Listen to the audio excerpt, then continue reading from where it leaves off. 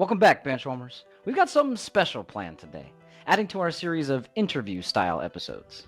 David Schenker joins the bench today to discuss his vital role with the Anaheim Ducks organization. You'll hear more of the details throughout the episode, but David is basically the go-to guy for all the players' needs. Now join us in welcoming him to the bench. I'm Corey, Team Service Helper. I'm Brendan, applying after this convo. And I'm David Schenker, Director of Team Services for the Anaheim Ducks.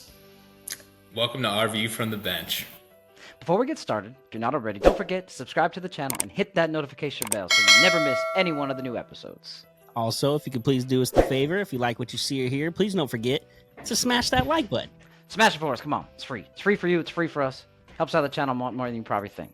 Hell yeah. Well, David, welcome. I'll let Corey kind of introduce you a little bit. He knows you outside of our view from the bench. So, Corey, break it down for us. Absolutely. So, again, Schenker, thank you for coming here. I'm going to call him Schenker. You're going to call him David. I'm sorry. I just know him as Schenker, so I can't. Yeah, Corey and I go way back. So yeah, it's been a good. Everyone's allowed to call me Schenker. So. I was going to say, I'll see if I can end the episode with Schenker. I'll try to work my way towards that. Even Shanks, that's the moniker. Okay, I like that one. You definitely work in a hockey locker room because that is definitely a hockey nickname kind of thing. Everybody else just shortens the last name to some kind of thing. That's hilarious. Well, they're very long, so it makes sense. Typically. Yeah, true. All right, so before we jump into the questions, like I said, we're going to give David's background a little bit. David and I both work at the Ducks. We've worked, 10 years together probably at this point, I would think, Schenker, maybe more? Yeah, maybe even a little more, Corey. We go way back. Yeah. So, and Schenker started out as just an intern with the Duck Street team and kind of helping out. Excuse me, while he was in college at Cal State Fullerton. Go Titans, by the way, Schenker. Nice. And then, Titans. Hell yeah. And then he became part of the signature events and team, which is basically they help do all the other things off the ice. So Ducks and Tucks or parties that the teams are a part of or alumni golf association stuff. He's kind of all helping with planning and those events. And then he decided to move into the team services side. So in 2018, he got the team services manager position. And now over the last few years, has just worked his way up to senior manager of team services. And now as of 2023, Schenker is the director of team services for the Anaheim Ducks. Did I miss anything on your timeline there, Schenk? I think I couldn't have said it better myself. So nicely done. All right. Appreciate it. Yeah, thank you again for joining, man. I love sports and I love what we see on the ice or the field or the court or whatever it may be. But it is kind of fun to hear all the things that really make it go. It's not just a bunch of people showing up on game day with their sticks in hand and they go onto the ice and call it a day. There's a lot more that goes into the operation. And it's kind of cool to kind of get a glimpse of what that is like from you. So thank you again for your time. Yeah, no, absolutely, guys. Excited to be here. You guys do an excellent job, and I'm definitely excited to shine a light on kind of tasks that are kind of expected. And it's a role that as a kid, it was honestly a dream job of mine. So I like to take. I get a lot of questions and inquiries on LinkedIn and text, whatever, of reaching out and prospective college students, wanting to know how to get a foot in the door. And I'm always happy to do that. There's no secret sauce, but it is a fun role. You have to be very servant hearted. You're taking care of, not only the players, their families, but it extends to the rest of like the hockey operations staff as well. So it's the training staff, it's the coaching staff, and even the management. You're kind of in the role of being behind the scenes, in making sure everything is kind of, I like the metaphor of like a duck, no pun intended, like swimming on water. Like it's gliding on the top, but like on the bottom, the feet are just going crazy, right? Trying to keep it afloat. Sure. So it's kind of, doing that in a sense. Interesting. Okay. So then that's kind of the overlay, I guess, of like everything you have to deal with. But what's just like, I guess if we start from the season, what's like a typical day during the season when you're in a homestand, you're not on the road yet. We haven't got that far, but just a typical day, you got a game at home. What's the typical day for you as far as getting through and helping everybody get to hopefully a W at the end of the night? Yeah, no, that's a great question. We obviously want the guys to, be focused, get their minds right on the game. So on a game day, typically we'll take our morning skate out of Honda Center. If it's a 7 o'clock game, we'll skate at 10:30. Guys will come in, get a quick lift, get breakfast, and these are all like the details that are kind of organized behind the scenes. So we're fortunate, and we have a lot of resources with our organization. Fortunately, and Corey firsthand. Yeah. Our ownership, Henry and Susan Samueli, are.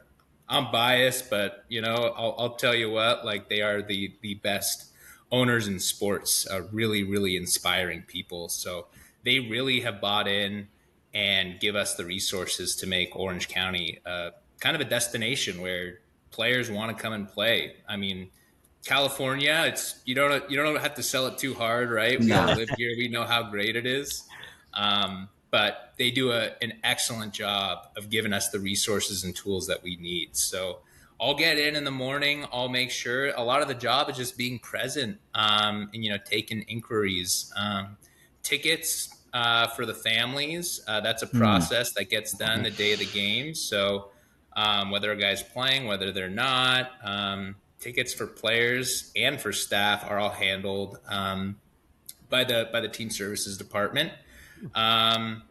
And then after they go to morning skate, there's this is actually a cool little insight story. Shout out to Barolo Cafe. It's a little restaurant, a strip mall in Tustin. We have a strong lineage, like with this. It's a mom and pop restaurant. It's phenomenal. Since the days of Paul Correa, Teemu Solani, the team has been having their pregame meals at this restaurant. And to this day, they still go. So they'll all coordinate together. They go by themselves, and they get their meal, and it's a hoot, man. Like Giuseppe is the husband owner, and he knows all the guys. He knows their order. Everything's customized, and that's how they get fueled before they go and take their go home, and then take their pregame naps, and then for a few hours they rest up, and then they'll hike up the 55. Those who live down by the water, Newport Beach, Corona Del Mar, sit in the traffic like everyone else does on that 55 north. There's no chopper that comes and picks everybody up. Wouldn't that be nice? Yeah. Don't give them any ideas, Brent. Okay, all right. That's my bad. They're spending a lot of money on the team right now, but I don't think helicopter was one of their plans. It's not ready. Okay, all right. Just throwing it out there. And so, like I said, a lot of the job is like being present. So you have the early guys who arrive as early. If it's a 7 o'clock game, guys will arrive around like as early as 4. So just being there, catching up on work, looking ahead at the schedule, like for the next road trip. A lot of the work is kind of lead up work. So when I'm in like a game day, I'd say I'm working probably at least like 2 months out. At the very least, if I don't have, there are certain items where it's buttoned up before the season starts. Like, for instance, right now we're kind of waiting on the schedule to be released. Yeah. Until we have that, it's kind of like you get a draft here or there, but like it's nothing. I've seen schedules of drafts flip 180 on their face. So until then, like we're kind of sitting on our hands, but the hotel contracting, the charter plane through Delta. I know I'm getting kind of off topic here. We're talking about not yeah, but so there's I use that time like when I'm in my office and it's right by the locker room. Guys will walk past me as they enter the rink. They know they can stop by at any time. They can ask for, hey, I need a jersey. Like, and I. Corey knows. Corey, and then you call Corey, and I text my guy Corey. He gets it done with a smiling face and efficiency, and like the staff at the team store, absolutely excellent. Love working with everyone there. Shout out to Tim and Bueller as well. Give them a little shout out. Yeah. And so it's just essentially being present, in making sure that they feel comfortable and they're in the right mind to go and put their best foot forward and get the dub that night. Yeah, that's the main concern. Hopefully next year a lot more than past year. Definitely need more dubs, guys. Come on. Hey, we got new head coach and stuff coming in. Do you also, when it comes to team services, I'm assuming you help coaches too? Yeah, it's all encompassing. Okay, makes So, for sense. instance, like you mentioned, that Coach Q, really excited for him Oh yeah. to be on the staff. Like, how often I pinch myself. He's the second winningest coach in NHL history. I'm going to be able to learn a lot Yeah. from Coach Q, and the conversations that I've had so far. Like, just an unbelievable person. So I couldn't be more excited. So, but yeah, to answer your question, very hands-on with the coaching staff, even the training staff. You're kind of you're working the gears in the background, and Right. it's like we're all pulling the same rope, but just making sure that information's transparent, everyone's on the same page.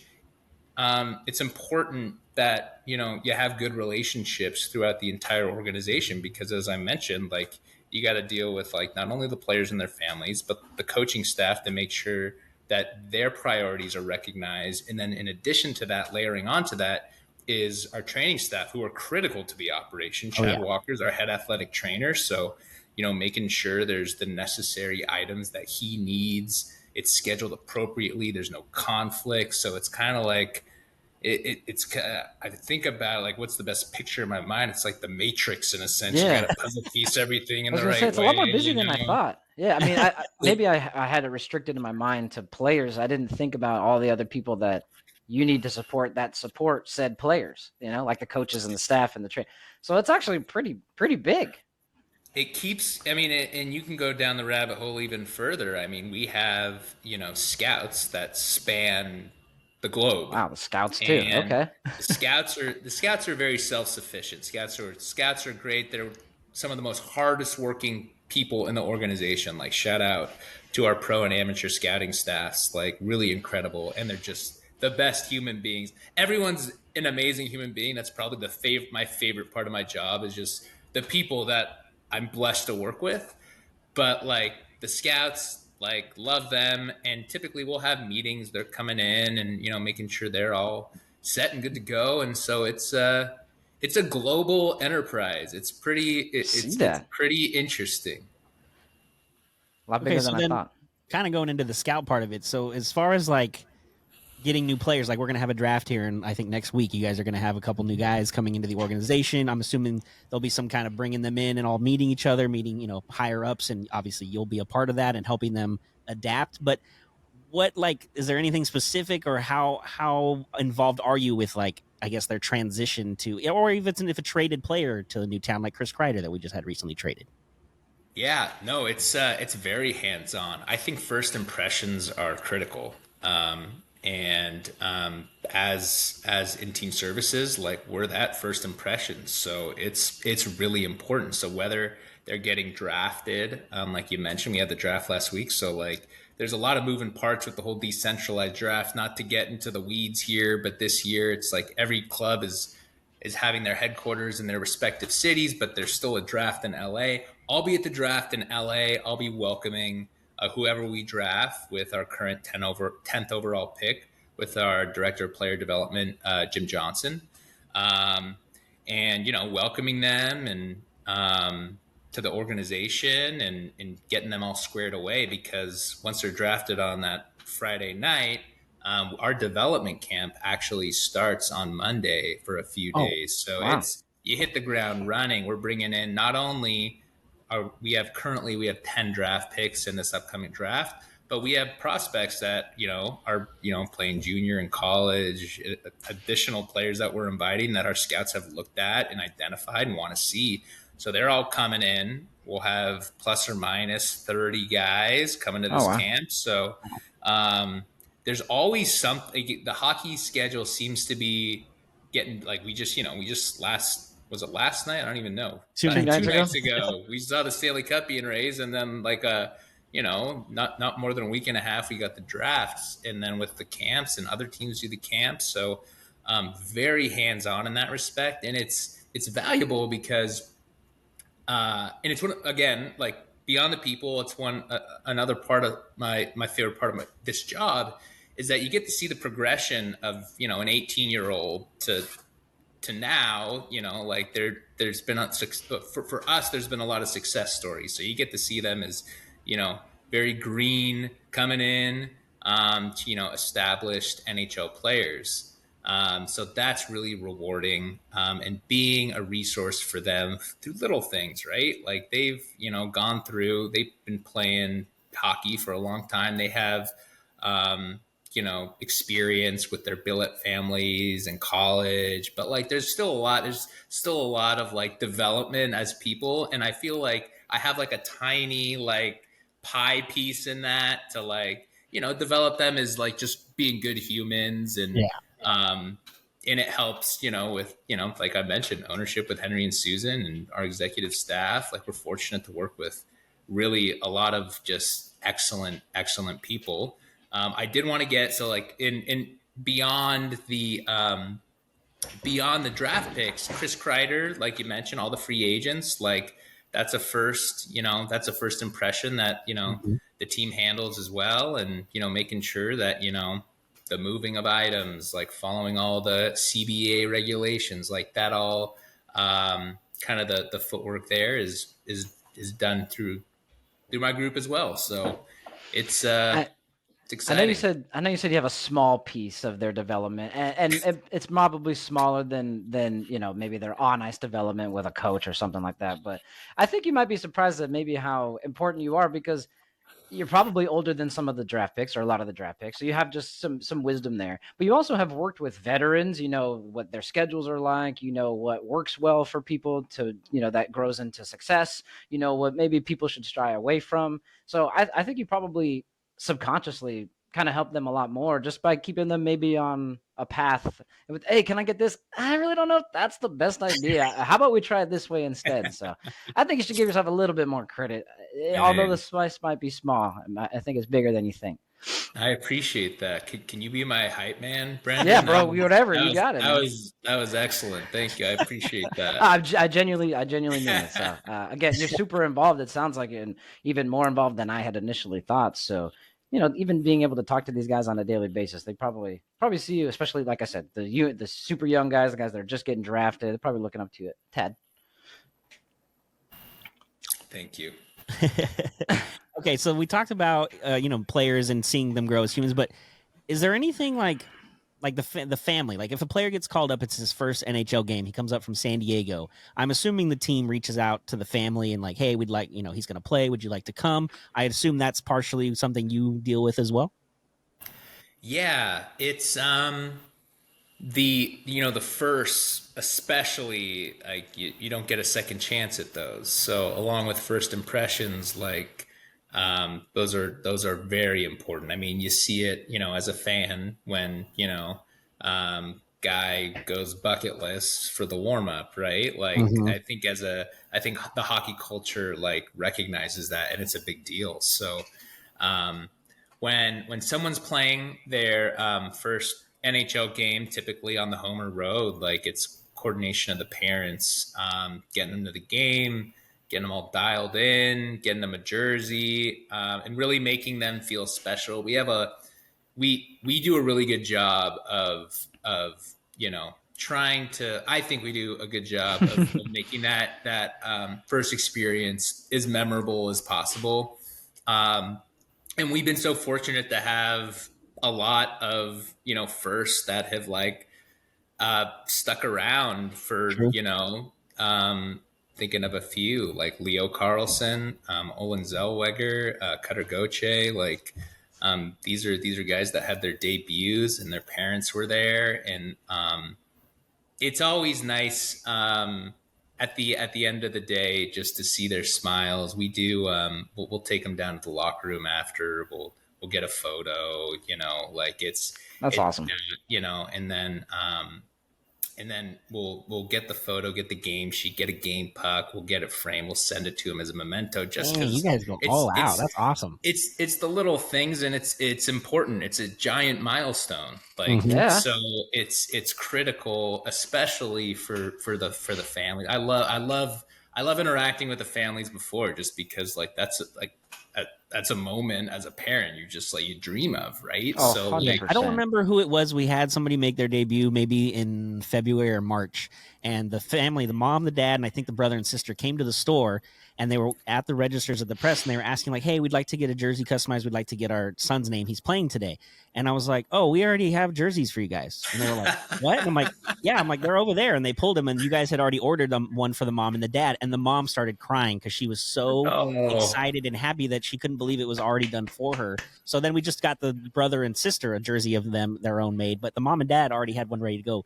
Again, because you guys doing the little things and trying to make that first impression. And Good again, job. I don't remember who it was, but she was super ecstatic and crying when we told her that it was already done and ready for her. Happy cry, of course. Oh, yeah, not absolutely. cry. we missed the brother and sister though. I didn't know this piece.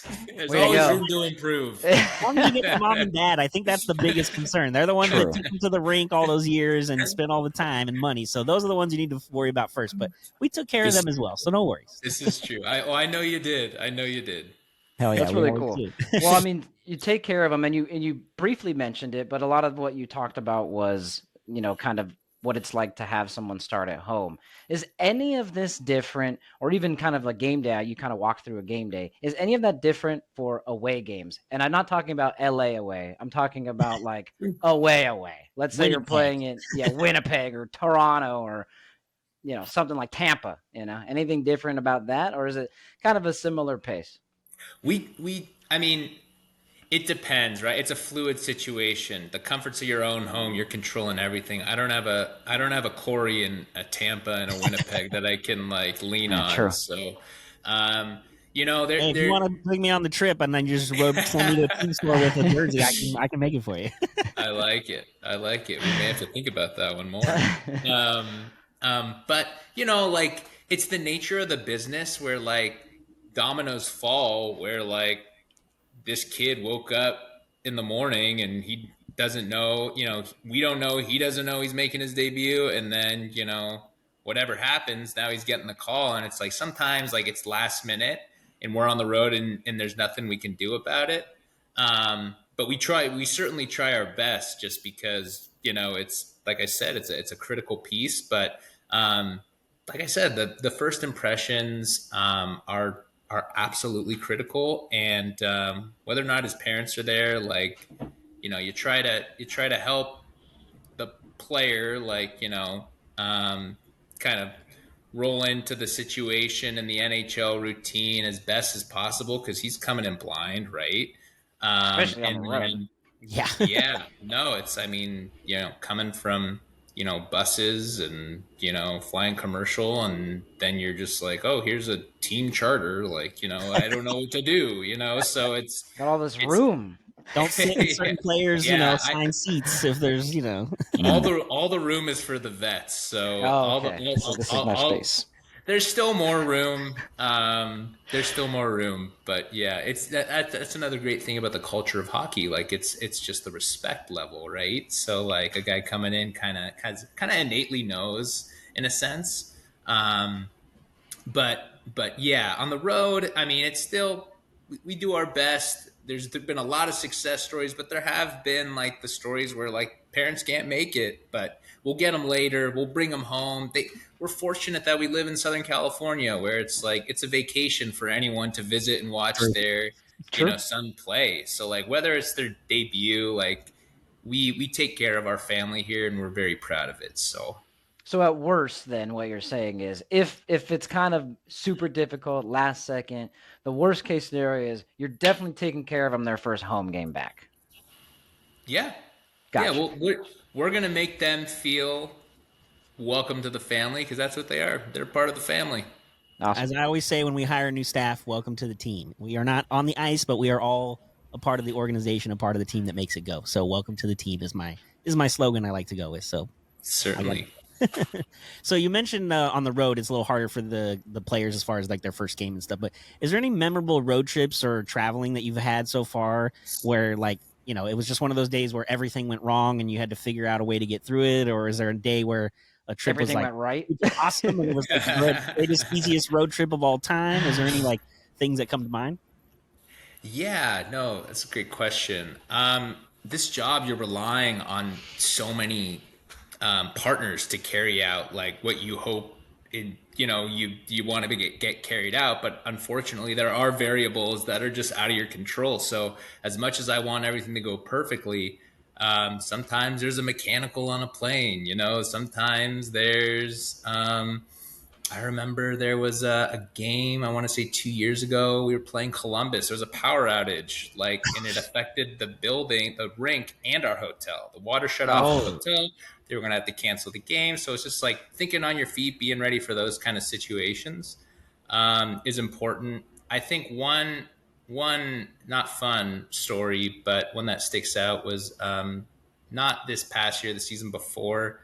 We had a mechanical with our plane, and they were flying in another one, but it wasn't taking off on time. So the red line. This was a 7 o'clock game. We were in Calgary. It was the end of the year. We were coming home. It was the end of a trip, and we the second plane was coming in probably like 3 hours later. So we have time to kill after the game. So thinking on your feet, I call a restaurant. I have a private area. Everyone's going to eat dinner. We'll kill some time doing it that way, right? Sure. yeah. Waiting out for the plane to get there. So then you think down the line, okay, like what if like the plane gets pushed back further? Well, you have to stay the night. You have to go back to the hotel. Well, guess what? The hotel, it was a Friday night. It was sold out. There were no rooms. So everyone's having dinner. I'm waiting. I'm getting updates for the plane. Is it coming? It gets pushed back. It gets pushed back. It gets pushed back. Oh, And man. then at a certain point, it was just like it crossed that red line of like, okay, like even if we leave, we're getting home at 4 or 5 in the morning. So it's like, let's just stay over. And so we had to, every hotel in the city center in Calgary that night, for whatever reason, for our luck, was sold out. Oh So my. we had to go in this like community or like this college campus area to a hotel that, had never kind of had experience with teams, Yeah. right? When we check into a hotel traditionally, like it's unlike normally checking into a hotel. Instead of you going to the front desk and you're putting down, giving your ID, giving your credit card, like all the keys are on a table. So it's just like grab your key and go to your room. It's fast. Oh, okay. It's like a ballet almost. Everyone just goes, rolls in, suitcase, boom, boom, boom, boom. They're out to dinner the next 5-10 minutes. So it's fast. So this hotel wasn't used to that. So it took a long time. I'll spare the details. Yeah. I think being the kind of guy responsible for the logistics, like I want to make sure everyone's up to the room. I think we got to the hotel at maybe 2. I think I got into the room that I was sleeping in, the last guy, at like maybe like 4. Oh. So what normally is 5-10 minutes took 2 Yeah. hours. Yeah. Ouch. Yep. But Oh. you know what? You made it happen. Those were the cards that were dealt. Mm-hmm. And the plane got in. Next morning we left. We landed. We were home. It happens. Good job. Sometimes you gotta hit the curveballs. And that was probably like a Clayton Kershaw-esque 12-6 curveball that just like I still have I don't have nightmares about it, but it was like it was challenging for sure. That might have been a Wakefield knuckleball. I was gonna say, anytime in you the go. future you're I'm waiting better. for plane info, that's all you're gonna think about is this better not be that Calgary situation again. I Yeah, swear. right. Yep. Did we beat Calgary the night before? That's why all the hotels were booked. We beat them that night. That's why, I don't know. We're just super full. Yeah, I don't know. Can't have the Ducks here. Honestly, as bad as we beat Calgary for that period of time back when Gaudreau was there and we beat them, I don't know how many times in a row at home or whatever, I wouldn't put it past Calgary fans. Yeah, maybe. Well, you mentioned in that story a lot of, I guess, things that you need, be able to think on your feet, even just the ability to have patience with stuff, because you're not only managing something for yourself, but you're actually representing so many more people trying to get something done for them. What kind of advice do you give somebody, or what kind of skill sets do you think it requires for somebody either trying to get into this job or to be successful at this job? Yeah, it's a good question. I think the bar and the prerequisite for this position, and this is across the league with all the teams. I think a lot of our job responsibilities like branch out, but one thing we all have in common is like the logistical element. So, being detail oriented, a relationship builder, people person is critical. You're dealing with a lot of personalities, and it's important to have their respect.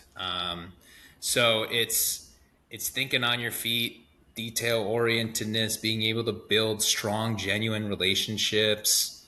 Those are kind of the strongest tenets, I would say. Nice. And then where do I apply again? What's the website for this one? Just write that down. CommonCenter.com. There's a thing at the bottom, employment. There should be a listing. All right. There you go. Team Services Hype Man. Hey, he needs one. You've been saying it, Brandon. You've been doing good this whole episode. I'm not even trying to blow smoke, man. I think it's such a cool job, and somebody's got to make it go around. You seem like a good person that's doing a good job, so I don't know. I think it's cool. I appreciate that. And Schenker, coming a long way too. Remember, we started. It was you and I doing those warm up, our goal pucks down, printing the labels and stuff for games to sell them to somebody for $50, and here you are running the whole team services stuff for the Anaheim Ducks. Like, quite a step up, sir. Yeah, thank you very much. I feel so fortunate to work here as long as I have. This will be season number 14 for me, which is like nuts. Right? Like, it's like I've been doing this job for longer than I guess almost longer than I was what I going went to say. to school for, right? I just found out because the anniversary of the Ducks winning the Cup was a week and a half ago or so. I just realized that was my 18-year anniversary because that was my first day working for the team. So I have worked half of my life now for the Anaheim Ducks. Wow. That is pretty crazy. But I don't know if it's my fault. We haven't won a cup since that day, so maybe they should fire me, but I'm not going to tell them that part. So. Keep that. Don't take too much of the blame. We appreciate this. This was great.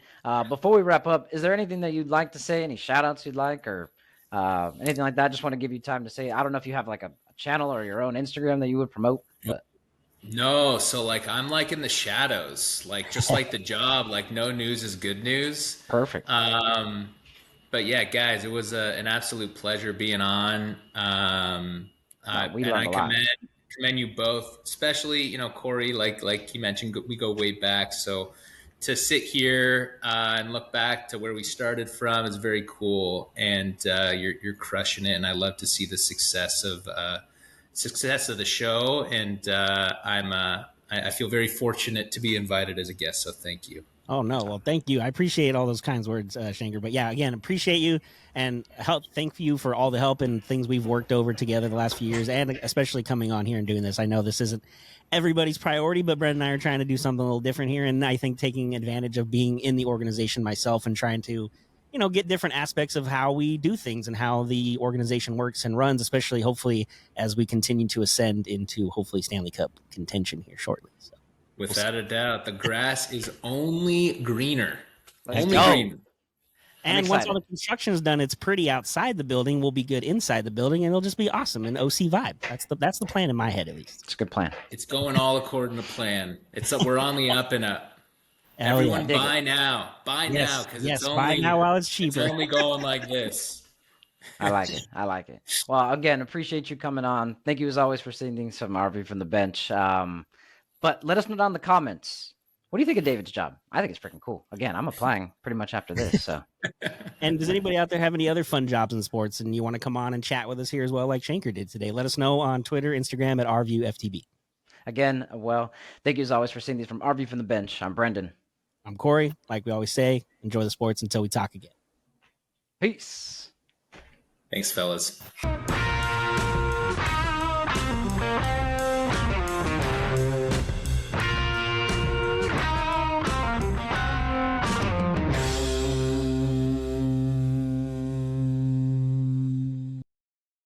This was a Sycamore Fourth Studios production.